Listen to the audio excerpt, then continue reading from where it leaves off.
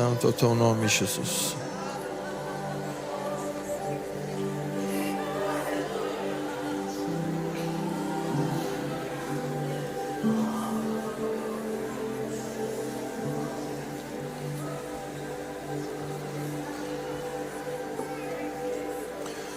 Pai, nós pedimos que enquanto a palavra for anunciada, a palavra profética for lida, nós pedimos que o fogo continue caindo aqui nessa sala.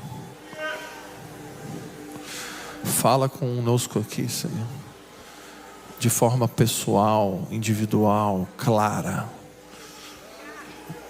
Dai-nos clareza profética aqui nessa manhã.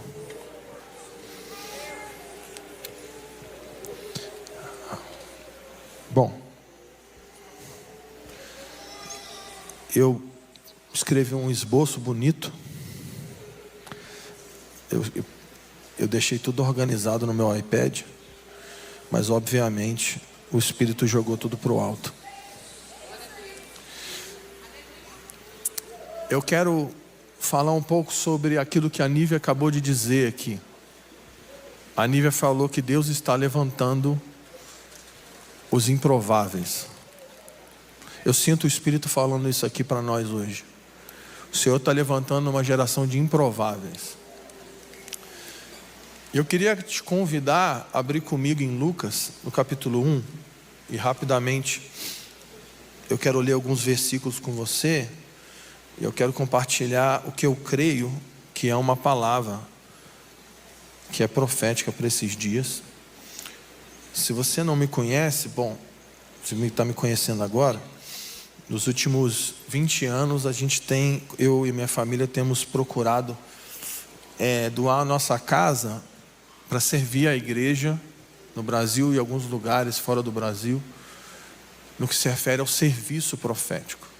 E a nossa forma de servir profeticamente é por meio da escritura profética, por meio da palavra profética. Então, a forma que nós nos comunicamos profeticamente é por meio da Bíblia, porque a Bíblia é a palavra profética mais segura. É lógico que nesses anos a gente tem treinado muitas pessoas no que se refere aos dons, várias escolas, mas eu quero te dizer o seguinte, que o profético não é fundamentado nos dons. O profético é fundamentado na Bíblia. Amém? Então, se você segue alguém, ouve alguém, ou conhece alguém, que o seu ministério é baseado nos dons, mas ele não prega a Bíblia, não prega Jesus, não prega a cruz, não prega o Evangelho, então você para de ouvir essa pessoa. Amém? O Senhor está purificando o movimento profético nesses dias, e a gente precisa voltar para as Escrituras. Então eu quero me utilizar de Lucas como uma palavra profética para esses dias. Lucas 1. Bom, como eu falei aqui no primeiro dia, entre o final de Malaquias e o início de Lucas, tem 400 anos de silêncio profético. Ou seja, durante 400 anos não tem nenhuma profecia registrada na Bíblia.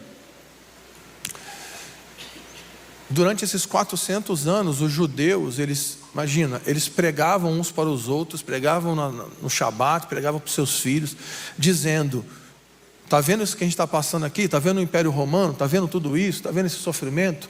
Um dia vai acabar, porque o Messias está vindo. O Messias judeu está vindo. Então, todo judeu tinha clareza acerca da vinda do Messias. O Messias que é o descendente da mulher que esmaga a cabeça da serpente.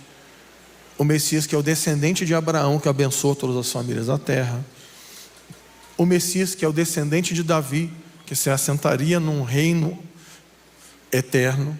O Messias que era o profeta semelhante a Moisés.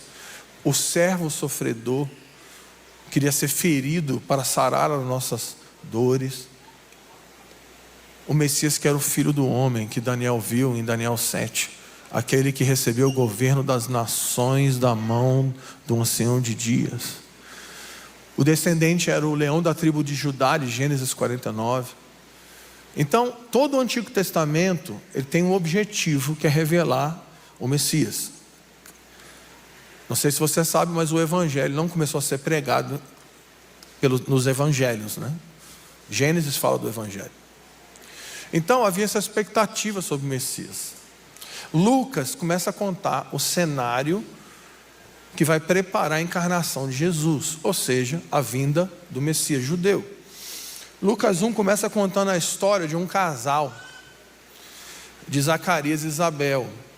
Zacarias, ele era sacerdote, ele já estava no final da carreira dele,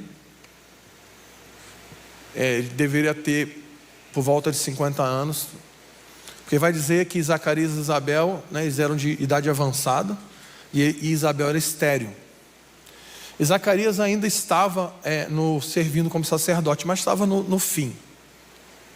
Lucas 1 começa a contar que o sacerdote Zacarias, ele está servindo no templo em Jerusalém, e ele é sorteado para entrar no templo e oferecer incenso na porta do Santo dos Santos. E aqui você precisa entender uma coisa. Naquela época, tinha muitos sacerdotes, muitos. E tinha tanto sacerdote que para entrar, para oferecer incenso, tinha que fazer um sorteio para saber qual dos sacerdotes que ia entrar naquele dia para oferecer incenso diante do Senhor. E a gente vai lembrar que incenso representava intercessão. Amém? Você está comigo? Amém. Então, o que ele ia fazer lá? Ele ia interceder. E ele é sorteado. E aí você precisa entender uma coisa. Tinha tanto sacerdote na época, que um sacerdote, ele era sorteado uma vez na vida, para entrar no templo e oferecer incenso. Então, esse dia é o dia mais importante do ministério de Zacarias. É o dia que ele vai se aproximar da presença. Ele vai chegar mais perto do Santo dos Santos. Então ele é sorteado. Imagina a alegria de Zacarias, final de carreira. E aí ele é sorteado para entrar no templo e interceder pelo povo de Deus. E aí Zacarias está intercedendo e ele está orando. Basicamente o que ele estava intercedendo era: Senhor, salva o teu povo, redime Israel, envia o Messias. Basicamente era isso. Salva o teu povo, redime Israel e envia o Messias. Quando Zacarias está orando e está intercedendo na porta do Santo dos Santos, ele olha para o lado e vê um anjo. Gabriel aparece para ele. E aí Zacarias treme de medo. Deixa eu fazer uma pergunta técnica. Zacarias tinha motivo para ter medo? Sim ou não? Sim ou não?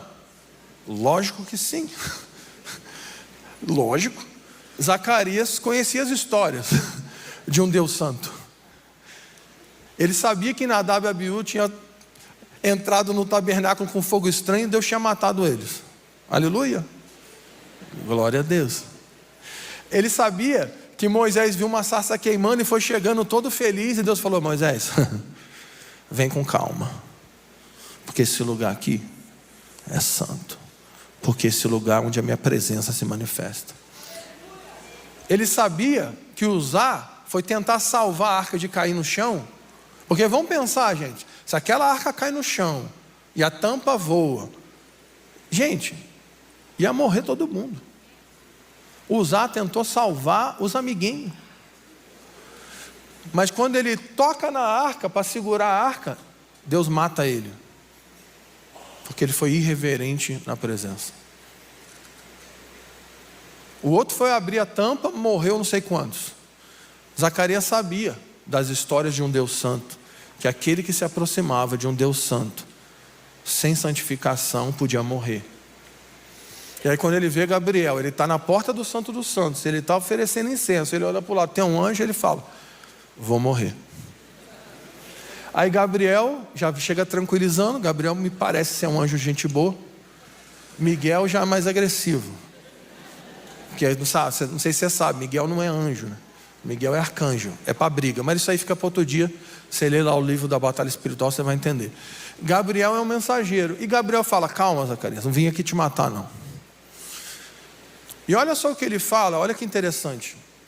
Nós estamos em Lucas 1. Vamos ler o versículo 13. O anjo, porém, lhe disse: não tenha medo, Zacarias, pois a sua oração foi ouvida. Isabel, a sua mulher, dará à luz a um filho, e você dará o nome de João. Gente, aqui ele está anunciando o nascimento de João Batista, porque Zacarias e Isabel são pais de João Batista. Agora olha que interessante. Calma, Zacarias, não vim te matar, eu vim aqui para responder a sua oração. Todos os eventos que envolvem a encarnação de Jesus começam com Deus respondendo à intercessão. Nunca foi tão importante permanecermos nesse lugar de atalaia. Nunca foi tão importante permanecermos no lugar da intercessão. Tem muitas câmeras filmando e o Judas está ali para brigar comigo se eu fizer algo errado. Mas deixa eu te falar um negócio. Não é porque os referentes do movimento de oração caíram, nos decepcionaram, que oração não é mais importante. Oração nunca foi tão vital nesses dias. Amém? Agora, vamos aqui, pergunta técnica com o tio Coelho. Qual oração que Deus está respondendo? A oração que eles oravam como casal, que Isabel era estéril. Então eles oravam: Deus, nos dá um filho. Ou a oração que Zacarias estava fazendo exatamente naquele momento: salva o teu povo, redime Israel, envia o Messias. Qual a oração que Deus está respondendo? As duas. Então, ele está falando: olha, Zacarias, chegou o tempo da salvação do povo, da redenção de Israel. Chegou o tempo do Messias. E sabe como que Deus vai fazer isso? Deus vai te dar um filho, o teu filho vai preparar o caminho do Senhor. É forte. É forte. Mas Gabriel vai falar mais. E agora Gabriel vai vir de agressividade. Versículo 15 diz assim: pois ele, ou seja, João Batista, né? João, você sabe que Batista não é o sobrenome de João, né? É só para deixar claro, né? O nome dele era João, mas tudo bem, vamos seguir. Versículo 15: pois ele, ou seja, João, será grande aos olhos do Senhor, não tomará vinho nem bebida fermentada, e será cheio do Espírito Santo desde o ventre da mãe.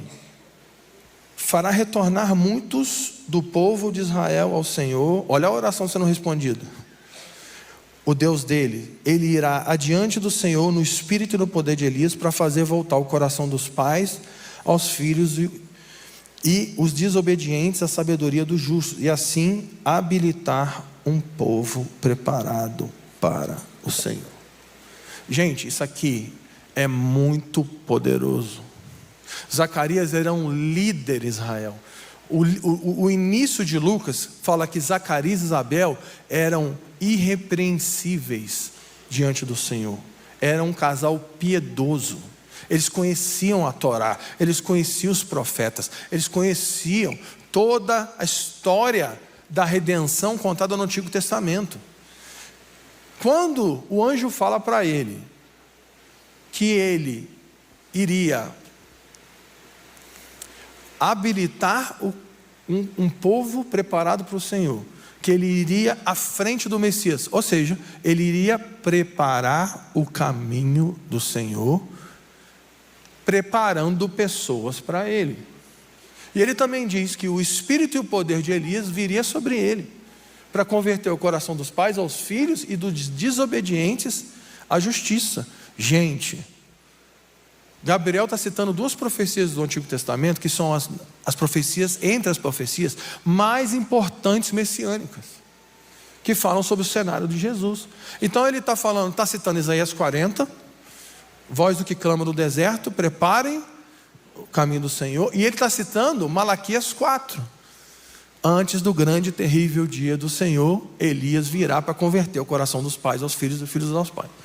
Preste atenção em mim. O Gabriel está falando que o filho de Zacarias iria iniciar o cumprimento de duas das profecias mais importantes das Escrituras. Zacarias, você vai ter um filho e o teu filho vai preparar o caminho do Messias. O tempo da redenção chegou. E o teu filho vai ser a voz que clama no deserto. O teu filho vai preparar o caminho do Senhor. E aí ele fala um negócio grave, que eu fico apavorado. Os teólogos aqui podem me ajudar. E ele fala mais, ele fala, e o teu filho vai ser cheio do Espírito Santo no ventre da mãe. A pergunta é, alguém me explica isso teologicamente? Como é que faz para um neném ser batizado no Espírito Santo na barriga da mãe? Alguém já foi num culto pentecostal que teve um apelo? Grávidas venham à frente. Nós vamos orar para o batismo no Espírito Santo. E aí vem a grávida, aí bota a mão na cabeça da mãe e fala, bebê, receba agora. Aí o bebê é batizado. Tá. Sabe o que é o pior? Que Gabriel joga essa informação e ele não explica nada. Ele não fala como que vai ser batizado no ventre, não fala como é que o Espírito vai vir. Ele não explica, ele só continua falando. Se eu fosse Zacarias, eu ia falar, calma. Tempo, como é que é assim? É muita informação, é Isaías 40, é Malaquias 4, é batismo no Espírito Santo no ventre. Gente, e aí Gabriel joga essa bomba na cabeça de Zacarias. E olha o que Zacarias fala, versículo 18. Está com a Bíblia aberta aí? Está anotando aquilo que o Espírito está falando com você? Muito bom. Versículo 18. Zacarias perguntou ao anjo, como posso ter certeza disso, se sou velho e minha mulher de idade avançada? Você já viu um anjo com raiva? Você vai ver agora. Gabriel fica bravo. No versículo 19, olha o que o Gabriel fala para Zacarias. O anjo lhe respondeu, sou Gabriel, que estou sempre na presença de Deus, fui enviado para transmitir a você essas boas novas. Agora, você vai ficar mudo. Não poderá falar até o dia em que isso acontecer, porque não acreditou nas minhas palavras que se cumprirão no tempo devido. Vem comigo. Zacarias era um líder religioso, especialista na Torá, especialista nos profetas, conhecia a Bíblia, era um cara de oração, de jejum. Ele ensinava o povo com relação à Escritura. Ele intercedia pelo povo. Ele ensinava sobre oração, ele ensinava sobre jejum, ele era líder. Ele estava naquele momento no lugar mais importante no ministério dele. Ele estava intercedendo pelo povo inteiro. O texto vai dizer que enquanto ele está intercedendo no templo, tem uma multidão do lado de fora esperando ele sair. Por quê? Porque quando ele intercedia, quando ele saía, o que eles faziam? Quem sabe? O que os sacerdotes faziam quando eles saíam? Eles levantavam as mãos e abençoavam o povo, invocando o nome do Senhor. Ou seja, número 6. Então eles invocavam a Shalom de Deus sobre o povo. Tem uma multidão esperando Zacarias sair. Ele é o líder religioso. Ele é o ministro mais importante de Jerusalém naquele momento. Porque ele está dentro do templo intercedendo por todo o povo. E ele não teve fé naquilo que Deus estava fazendo. Ele não creu. Deixa eu ensinar uma coisa para você. Fé não é acreditar que Deus existe. Fé não é acreditar que Cristo morreu na cruz e ressuscitou. Porque o diabo também crê que Deus existe e o diabo também crê que Jesus ressuscitou ao terceiro dia. Fé é confiança. A palavra fé significa confiar. Fé significa confiar, fé significa fidelidade. Porque tem um monte de gente que crê em Deus no Brasil, mas não tem fé. Tem um monte de gente que acredita que Jesus morreu e ressuscitou ao terceiro dia, mas não tem fé porque não confia a sua vida plenamente a Ele. Deixa eu fazer uma enquete profética aqui. Alguém já pulou de paraquedas aqui? Deixa eu ver. Levanta a mão. Isso, tem um maluco aqui. Aqui tem uma louca aqui também. Tu pulou de paraquedas? Nem sei o que você falou, mas... Alguém mais? Tem mais algum maluco? Isso. Tem um maluco lá. Tem aqui em cima. Tem uma louca ali. Gente, aqui, ó, você pulou de paraquedas. Esse paraquedas era bom. Gente, esse cara aqui é um cara de fé. Ele subiu num avião, botou uma mochila, pulou de um avião e confiou a sua vida numa mochila. Isso é fé. Porque se aquela desgraça daquela mochila falha, tu ia morrer muito feio. Gente, isso é fé. Fé é quando um pai está na piscina funda e tem uma criança que não sabe nadar e o pai fala: filho, pula. Aí o filho: não, eu não sei nadar. Aí o pai fala: filho, papai vai segurar você e não vai deixar você morrer, pode pular. E aí a criança pula no fundo sem saber nadar, confiando que o pai vai salvar ele. Isso é fé. E nesse momento a mãe que está de longe vendo o filho pulando na piscina funda, ela grita: não! E o pai fala assim: deixa comigo, eu sou o pai, me segura. Isso é fé. Fé é ouvir a voz de Deus e confiar. A pergunta é: você acredita em Deus ou você confia em Deus? Zacarias era líder religioso, líder espiritual, maduro, mas não confiou na voz de Deus. Tá, mas como é que você vai fazer isso? Mas a gente não pode ter filho.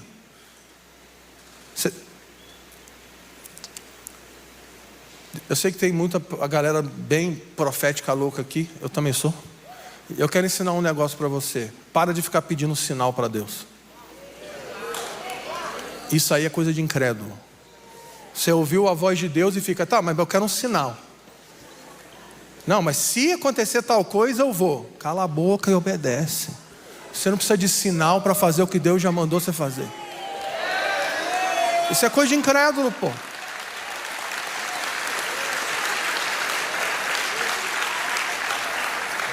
E outra, Deus mandou você fazer um negócio. Aí você pergunta: tá, mas como que vai ser lá? Quanto que vai custar? Me dá todas as informações. Eu quero o passo 1, 2, 3, 4 e 5. Tu é igual uma criança imatura e o pai falando: vem pro carro. Não vou. Não vou. Aí o pai tem que ir lá e dar um tapa e falar: vem. É isso que Deus faz. Você fica como incrédulo no lugar, não sai do lugar. Deus ferra tudo ao seu redor para que você se mova. E você já poderia ter obedecido na primeira vez que você ouviu. Aleluia. Outra coisa, Deus não vai fazer as coisas segundo o teu modelo e segundo a forma que você quer. É você que tem que se modelar a forma dele. Amém? E Deus também não é Papai Noel que vai realizar todos os seus sonhos.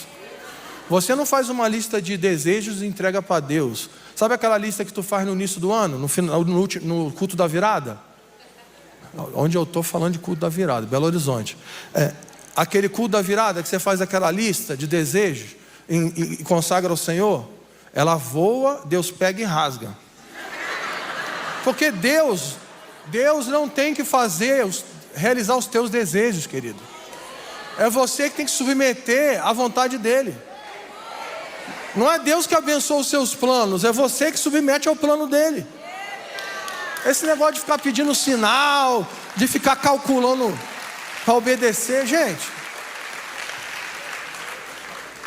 Eu não tenho sonho. Qual é o teu sonho, Fábio? Não tem. Porque eu já desisti de ter sonho. Tudo que eu planejo, Deus fala: vai, eu não consigo nem fazer um esboço para pregar aqui. Deus fala um negócio para Zacarias, ele fala: tá, mas como é que é isso? A gente não pode ter filho. Ele começa a argumentar com Deus. Sabe o que Deus faz com Zacarias? Nívia, cala a boca. Você vai ficar mudo. E agora eu vou te dizer por que Deus emudeceu Zacarias. Você sabe por quê? Porque a incredulidade é contagiosa. Deus fechou a boca de Zacarias para que ele não chegasse em casa e contaminasse Isabel com a sua incredulidade, e não contaminasse o povo que ele estava liderando com a sua incredulidade. Eu vou repetir o que eu falei. Deus silenciou a voz do líder religioso para que a sua incredulidade não contagiasse a sua esposa e o seu povo. Eu gosto assim, quando alguém glorifica porque Deus está silenciando a voz dos líderes religiosos. Nesses dias o Senhor está silenciando a voz de líderes no Brasil e nas nações. Deus está tirando a autoridade, removendo a autoridade, tirando e abalando estruturas. É Deus que está colocando em xeque as coisas, por causa da incredulidade, porque líderes que foram fiéis no passado não estão dispostos a submeter aquilo que Deus está fazendo agora.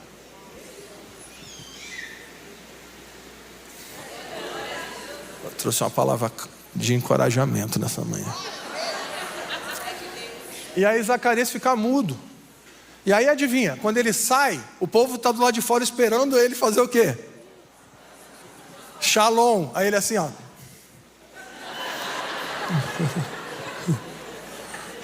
Não vai ter shalom hoje não. Zacarias sai, tá mudo e vai para casa. Chega em casa, encontra com Isabel, o avivamento, eles têm um filho. Ela fica grávida, né? Não tem um filho automaticamente, você entendeu, né? Ele chega em casa, avivamento na terra. E aí, que ficou mudo, né? Mas tá, segue. Aí, segue. Se minha mulher estivesse aqui, eu ia falar, segue a palavra. Aí, Isabel ficou grávida. 6 meses depois, o mesmo anjo Gabriel vai num lugar chamado Nazaré. Um lugar ruim. Uma favela chamada Nazaré. O lugar é tão ruim, que tinha um ditado. Pô, mas pode vir alguma coisa boa desse lugar miserável chamado Nazaré. Gente, Nazaré é tão ruim que Nazaré me perdoe. Esse ano eu fui em Nazaré com Douglas. Douglas vai pregar aí de noite, vai estar aí. A gente foi junto em Nazaré. Aí estava uma caravana, bem divertido. Aí estava eu, o Douglas, o Alessandro Vilas Boas, o Marcos Brunet, o Aquino, estava todo mundo lá. Caravana dos malucos. Cara, o Nazaré, sem zoeira, é o lugar mais feio que eu já fui na minha vida. E olha que eu morava no Rio de Janeiro. Gente, calma. Gente, calma. Você sabe que tem lugar no Rio de Janeiro. Você já foi no lixão de Gramacho? Você já foi no lixão de São Gonçalo? Uma vez eu fugi dos porcos no lixão de São Gonçalo. Uma manada de porcos vinha e o cara falou, corre. Eu falei, correr de porco? Mas segue. Minha mulher, eu estou pensando aqui na minha mulher, segue. E aí nós fomos em Nazaré. Gente, Nazaré é um lixão, é uma cidade que só tem lixo, é horrível, é zoado, é feio. Nazaré era ruim, um lugarzinho pequenininho. Lá tinha uma menina jovem, improvável, chamada Maria.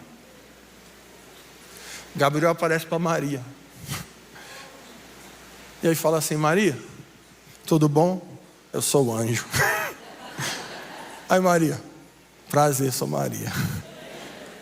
Aí Gabriel fala um negócio que dá um certo temor. Fala assim, Maria, você vai ter um filho. Aí Maria, então, você vai ter que ser forte, seu anjo. Mas assim, eu não posso ter filho porque eu não conheço nenhum homem. A Bíblia vai dizer que Maria tinha se casado com José. E aqui você precisa aprender uma coisa sobre casamento judaico. Como é que funcionava? O homem ia na casa da menina e eles firmavam um acordo de casamento. Então eles se casavam. Eles já estavam casados oficialmente. Só que como que funcionava? Depois que eles se casavam, o pai voltava para casa para preparar a casa para depois de um ano voltar para buscar a esposa. Amém? E aí eles iam consumar o casamento depois que a casa estivesse pronta. Foi por isso que Jesus disse: eu vou preparar lugar para vocês. Eu vou preparar lugar, mas vou voltar.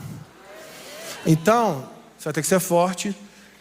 Nós não somos noivos de Jesus no conceito ocidental. Nós somos noivos de Jesus no conceito judaico. Porque noivado no Brasil é um negócio informal, que você começa e termina.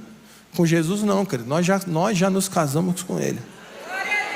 Nós já temos uma aliança com Jesus. Ele já se casou com a gente. E Ele foi preparar lugar, ou seja, uma nova Jerusalém que está descendo, mas Ele vai voltar para nos buscar, e aí Ele vai consumar o casamento. Amém? Você não tem uma relação informal com Jesus, você já tem aliança com Ele. E aí Maria já era casada com José, mas estava nesse processo que José foi para casa preparar o lugar para buscar ela para consumar o casamento. Então Maria ainda não tinha relação sexual, mas já era casada.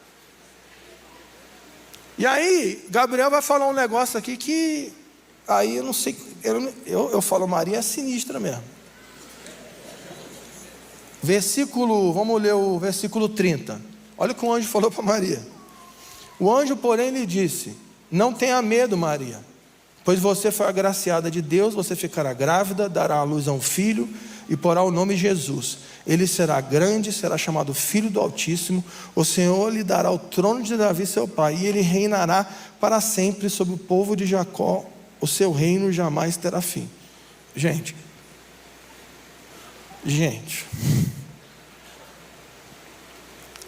o anjo está falando para Maria que ela vai ter um filho, e o filho dela vai ser o Messias.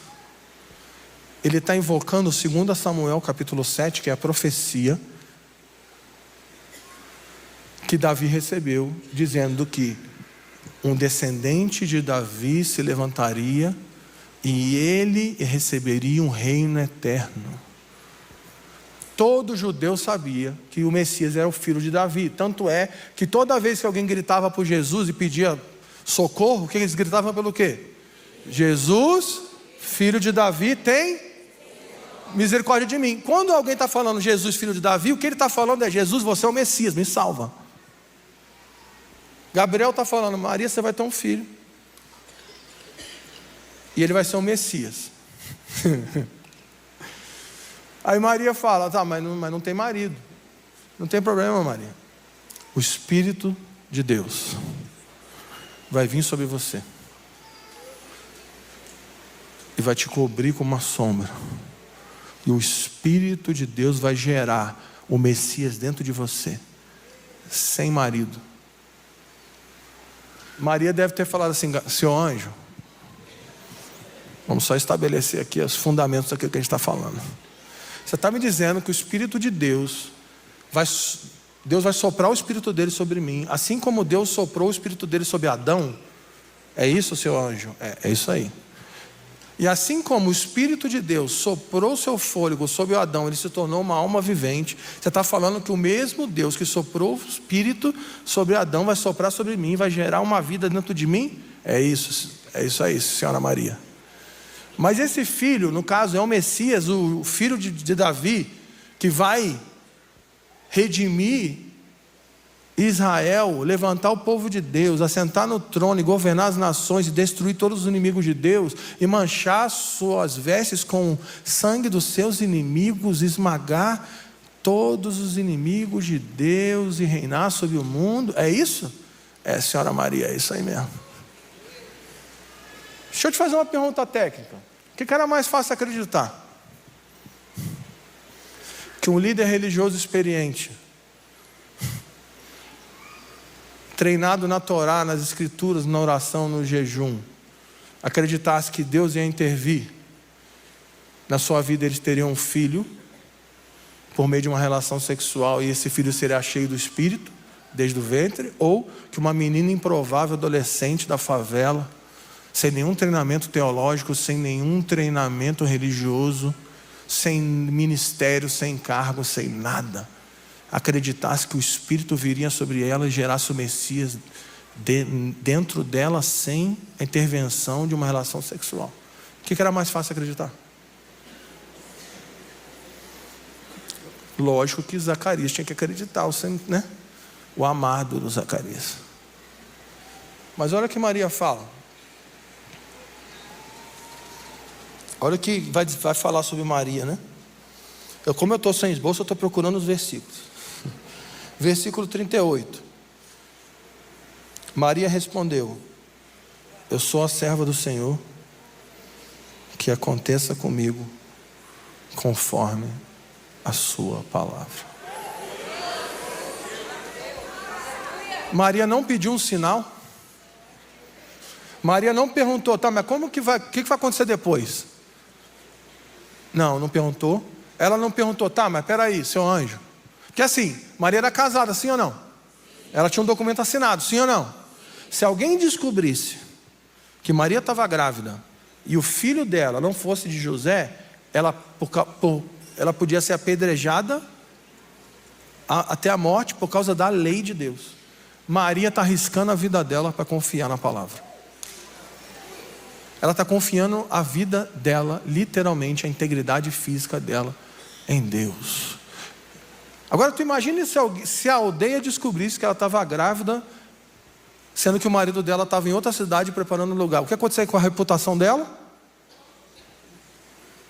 Ela ia ser chamada de quê? Prostituta. Maria colocou a vida dela em risco, porque confiou em Deus. Colocou a reputação dela em risco e confiou em Deus.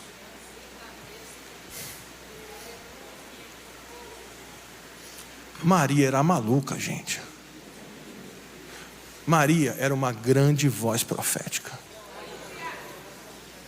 Eu sei que os evangélicos têm dificuldade de falar isso, mas eu vou falar de novo para escandalizar alguns. Maria era uma grande voz profética. Ela creu quando o líder religioso não creu. Ela teve fé. Terminei a introdução, vamos para a palavra. O anjo fala para Maria: ó, Isabel é tua parente, ela está grávida também. Maria sai de Nazaré, uma menina faz uma viagem de 3, 4 dias. Imagina uma menina fazendo uma viagem de 3, 4 dias naquela época, para chegar na casa de Isabel, sua parente. Quando ela chega na casa de Isabel, quem viu The Chosen viu, quem não viu, fica com a Bíblia. Quando ela chega na casa de Isabel, versículo 40, é essa hora de rabiscar a tua Bíblia, se você não tem problema com isso. Lucas 1,40 diz: ao entrar na casa de Zacarias, ela saudou Isabel. Preste atenção em mim. Ao entrar na casa de Zacarias, Maria fez o quê? Saudou a casa. Ao entrar na casa de Zacarias, Maria falou. Agora vamos avaliar aqui. Quem sabe como um judeu saúda outro judeu? Até hoje. Se você entrar na casa de um judeu, ou se você encontrar com um judeu, ele vai chegar e vai falar Shalom. O que Zacarias tinha que falar mesmo depois que saísse? Maria entrou na casa dele falando o quê? Você sabe o que significa Shalom? Não.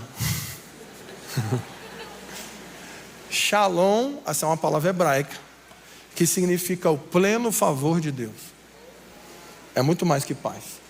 Se você abrir um dicionário em hebraico e botar Shalom, eu até anotei que é muita coisa na minha Bíblia. Essa é a única coisa que eu tenho anotado nessa manhã. Shalom pode significar bem-estar, amizade, descanso, salvação, alegria, paz, prosperidade e saúde. Em número 6, Deus falou para os sacerdotes: invoquem o meu nome sobre o povo, abençoando o povo com a Shalom. Quando Maria entra na casa do sacerdote mudo, ela abençoa a sua família com Shalom. Quando ela fala isso, e aí agora vira um culto pentecostal maluco na casa de Zacarias. Versículo 41. Quando Isabel ouviu a saudação de Maria, o bebê agitou-se no seu ventre. Então Isabel ficou cheia do Espírito Santo, exclamou em alta voz: bendita é você entre as mulheres, bendito é o filho do seu ventre. Porque sou tão agraciada a ponto de visitar a mãe do meu Salvador. Logo que a sua saudação chegou aos meus ouvidos, o bebê que está no meu ventre se agitou de alegria. Peraí, vamos calcular aqui. Gente, isso aqui é loucura. Primeiro, quem falou para Isabel que Maria estava grávida? E outra, quem falou para Isabel que Maria estava grávida do Messias? Eu sou agraciada porque a mãe do meu Salvador entrou na minha casa. Gente, da onde que saiu essa loucura? Como eu falei ontem, 400 anos de silêncio profético. 400 anos sem ter nenhuma profecia registrada na Bíblia. A primeira pessoa que rompeu o silêncio profético, a primeira pessoa que profetizou no Novo Testamento foi uma dona de casa avançada de idade chamada Isabel. Agora, olha que loucura. A Bíblia diz que quando Maria entrou na casa de Isabel e abriu a boca e abençoou aquela casa, o Espírito do Cristo que estava em Maria veio sobre Isabel. Quando Isabel ouviu o som da voz de Maria, ela foi cheia do Espírito profético e começou a profetizar. E agora vai ficar pior. Diz que a criança, João, ficou louco. A pergunta é: quando que João foi batizado no Espírito Santo? No ventre da mãe. Mas quando que isso aconteceu? Quando Maria entrou na casa de Isabel e abriu a boca, o Espírito do Cristo que estava dentro de Maria batizou João que estava dentro de Isabel.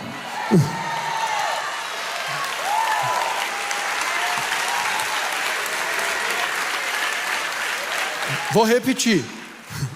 Quando Maria, a jovem improvável da favela, entrou na casa do sacerdote famoso e abriu a boca e abençoou aquela casa, o Espírito do Cristo que estava em Maria batizou João que estava dentro de Isabel. 30 anos depois, João está discutindo com Jesus no Jordão, porque Jesus fala: João, me batiza. Aí João: não, você que tem que me batizar. Aí Jesus: João, me batiza, João. João: não, você que tem que me batizar. Porque João queria o quê? O batismo com o Espírito. Que ele diz: eu batizo com água para arrependimento de pecados. Vem alguém aí que é maior do que eu, que batiza com Espírito. Então o que ele queria? O batismo do Espírito. Jesus deve ter falado para João naquela discussão. Eu falei: João, já te batizei tem 30 anos atrás.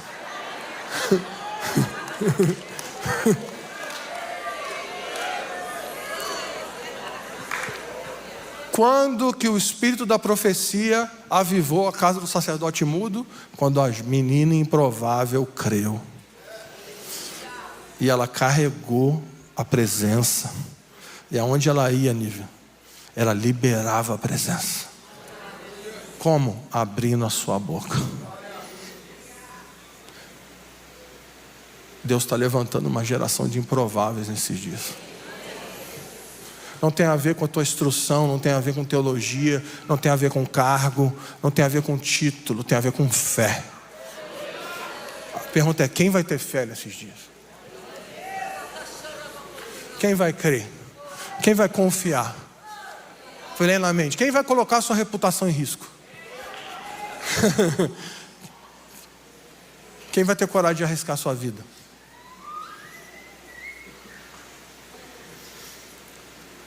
Esse ano eu passei por duas que eu falei, que eu sempre escuto falar, né? Os missionários vão arriscar a vida.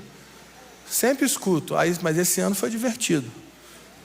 Quando a gente estava na faixa de Gaza, no meio de uma guerra, bomba comendo para todo lado, e cada bomba que dava o chão tremia. O único que estava calmo era o Douglas, porque o Douglas é a pessoa mais calma do mundo depois de Jesus e Moisés nessa ordem. Ele tranquilo, comendo o negócio e a mesa balançava. Eu falei: cara, como que você consegue almoçar aqui? Eu falei: eu acho que a gente está arriscando a vida. Esse ano também nós fomos num lugar, um país comunista, e aí quando a gente desce do avião, tem uma plaquinha, Fábio Coelho. Eu falei, olha que benção, estou sendo bem recebido. E aí entra numa sala. Aí quando você entra numa sala, o cara começa a fazer muitas perguntas. 1 hora na sala para conseguir entrar. Aí você fica assim, eu acho que eu posso morrer agora.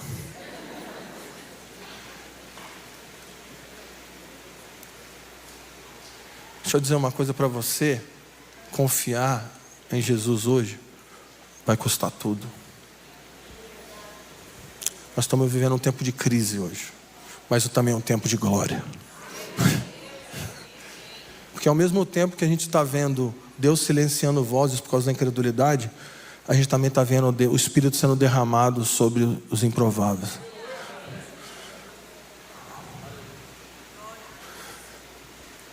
E eu acho interessante porque Isabel creu quando Zacarias não creu. Porque olha que doideira, quando Maria entra e abençoa com Shalom, o Espírito cai sobre Isabel. Quando Isabel começa a profetizar sobre Maria e o filho de Maria, logo depois, se você continuar lendo, Maria começa a cantar um cântico profético, né? Minha alma engrandece ao Senhor, se alegra em Deus, pois com poder feito grandes coisas, com misericórdia. E aí Isabel está profetizando sobre o Messias que está dentro de Maria. Maria está rodando no manto e cantando um cântico profético. E adivinha quem está assistindo calado? O líder religioso.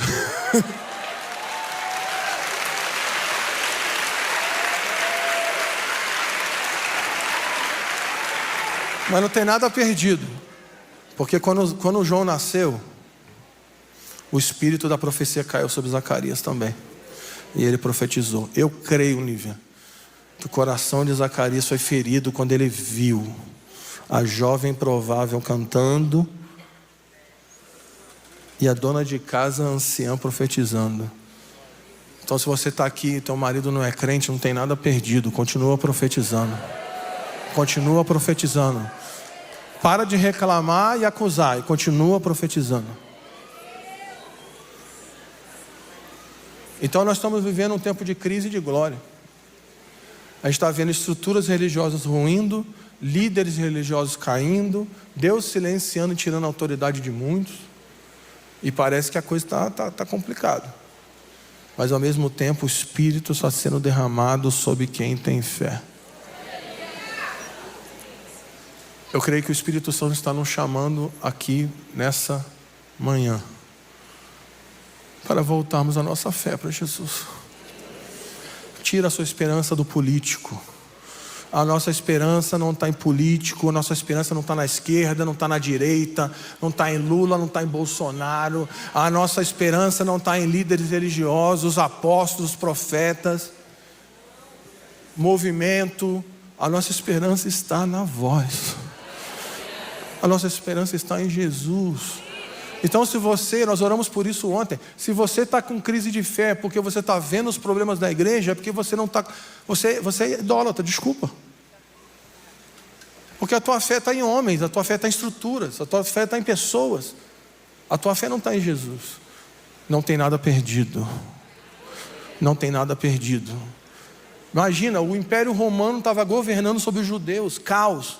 O sistema religioso estava corrupto, ladrões, cambistas no templo, corrupção. Parece que está tudo perdido, mas o Espírito está caindo sobre uma menina improvável na favela. Alguém vai crer. E como o Judson já profetizou aqui, os 7.000 estão de pé. Os 7.000 estão de pé. E eu quero chamar a Nívia e o Judson para a gente orar. E eu quero te encorajar com isso.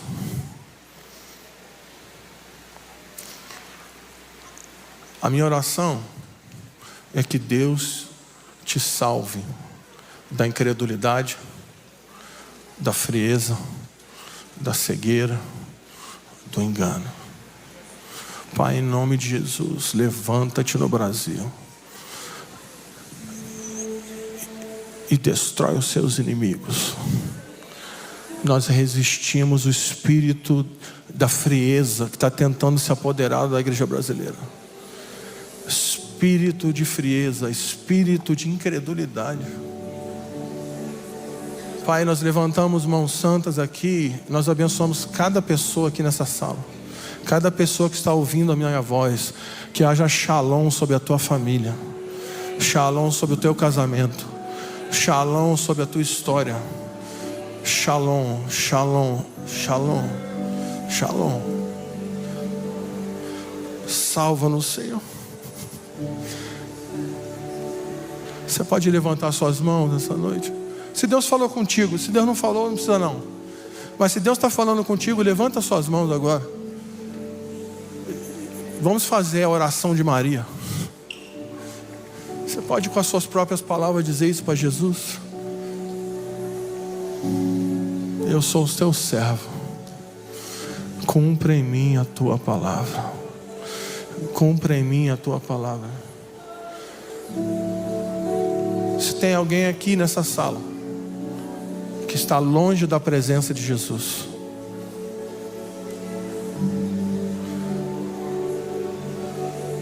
se tem alguém aqui nessa sala que você sabe que a incredulidade está endurecendo o seu coração, se tem alguém aqui que quer voltar para os caminhos de Jesus, que quer voltar a confiar plenamente em Jesus, porque você sabe que você tem sido destruído pela incredulidade, nós queremos orar por você.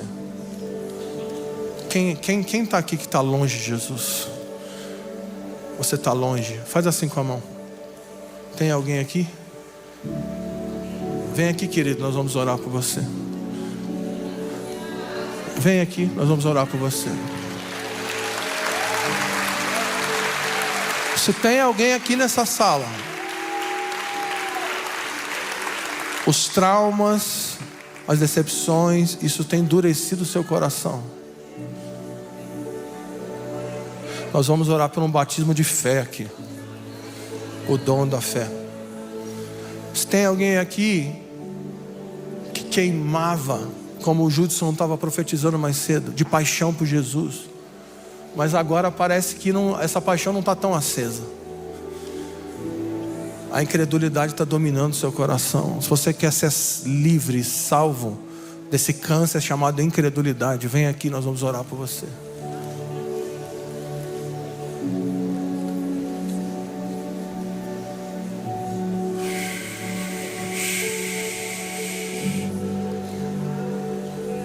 Nós vamos ceiar aqui hoje.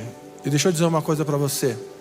A minha Bíblia diz que aquele que se aproxima da mesa do Senhor sem discernir o corpo, ceia para a sua condenação.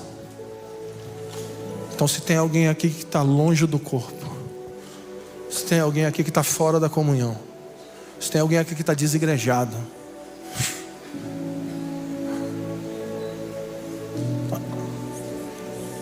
esse é um convite para o arrependimento.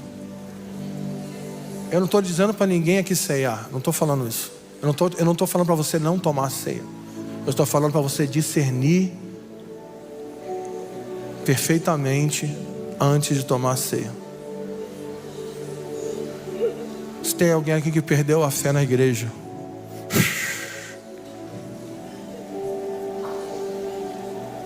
volta a sua confiança para Jesus nessa manhã. Ah, Senhor. Talvez você fale, mas eu não sou ninguém. Então, Jesus está procurando é você mesmo. Jesus quer usar aquele que não é nada para mostrar para aqueles que acham que são o seu poder. Deus está procurando improváveis, pessoas estranhas, pessoas ruins, porque o poder de Deus se aperfeiçoa na fraqueza. Então, se você é fraco, Você quer ser o reflexo do poder de Deus? Essa é a hora. Ó Senhor. Ó Senhor. A mesa do Senhor não é uma brincadeira. A mesa do Senhor é o lugar onde flui vida e saúde, mas também flui morte e doença. A mesa do Senhor é quando nós nos aproximamos coletivamente da presença terrível de Jesus, porque Ele revela a sua glória na sua mesa. A ceia é o lugar da comunhão daqueles que têm fé.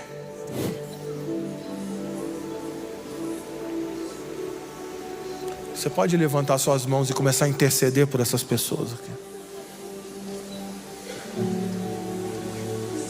Interceda por eles. Levanta a sua voz, levanta a sua voz. Levanta a sua voz. Levanta a sua voz. Oh Jesus, Jesus, Jesus, Jesus, Jesus, Jesus. Espírito de reconciliação, de graça, de amor. Vem, Senhor Deus, vem, Senhor, sobre cada coração, Deus. Vem com a tua presença nesta hora, liga a ti, Senhor. Liga os corações ao Senhor, Deus. Renova a fé, Senhor, renova a esperança. Renova o amor, Deus, renova a aliança contigo. Renova a visão de quem tu és, Deus. Renova a visão do teu amor, Senhor, da tua beleza, da tua majestade, do teu poder, Senhor. Em nome de Jesus, Pai, oramos. Traz renovo, Senhor. Senhor, e sobre toda a tua igreja. Senhor, apaga o espírito de incredulidade no nosso meio. Renova a fé da igreja brasileira, Senhor. Renova o amor da igreja brasileira, Senhor. Renova a visão da tua igreja, Senhor. Coloca colírio nos olhos, Senhor, para que veja. Oh Pai, em nome de Jesus, troca as vestes da tua igreja, Senhor. Troca as vestes. Oh Deus, vestes de louvor, ao invés de espírito angustiado. Troca, Senhor. Em nome de Jesus, faz-nos ver e enxergar o sacrifício eterno na cruz que foi feito por nós. Faz-nos valorizar aquilo que o Senhor já fez por nós, Deus. Nós éramos inimigos, mas fomos feitos amigos de Deus. Fomos reconciliados na cruz do Calvário. E já não há mais condenação para aqueles que estão em Cristo Jesus. Obrigada por isso, Senhor. Obrigada porque somos chamados à tua mesa. Somos chamados à tua mesa. Fomos chamados e podemos nos assentar contigo à mesa do Senhor nesta manhã. Obrigada por isso, Senhor. Obrigada por isso, Deus. Obrigada por isso, Senhor. Agradeça ao Senhor nessa manhã. Agradeça ao Senhor. Levante a sua voz. Levante a sua voz. Levante a sua voz ao Senhor. Porque Ele vive, posso crer.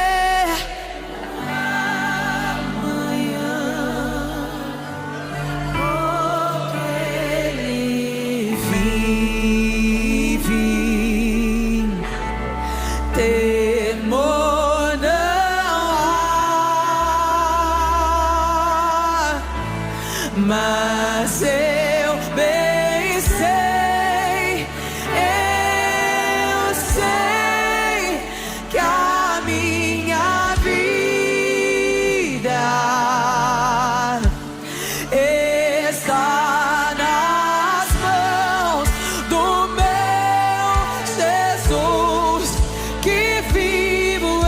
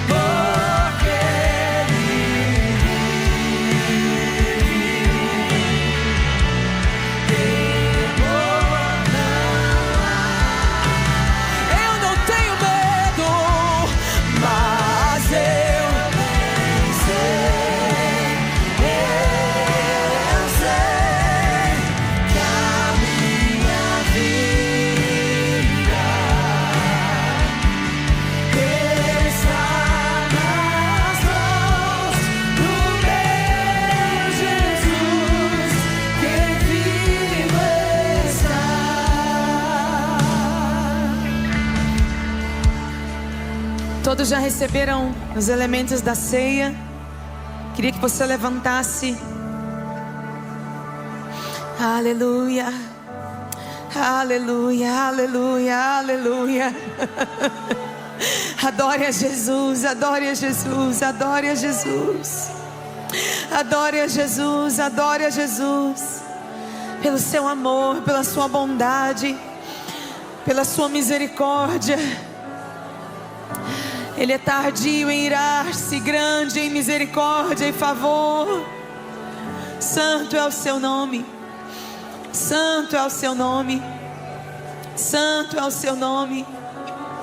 Santo é o seu nome. Santo é o teu nome, Senhor. Santo é o teu nome, Jesus. Santo é o teu nome, Jesus. Santo, santo, santo, santo, santo é o teu nome, Senhor. Santo é o teu nome, Jesus. Aleluia.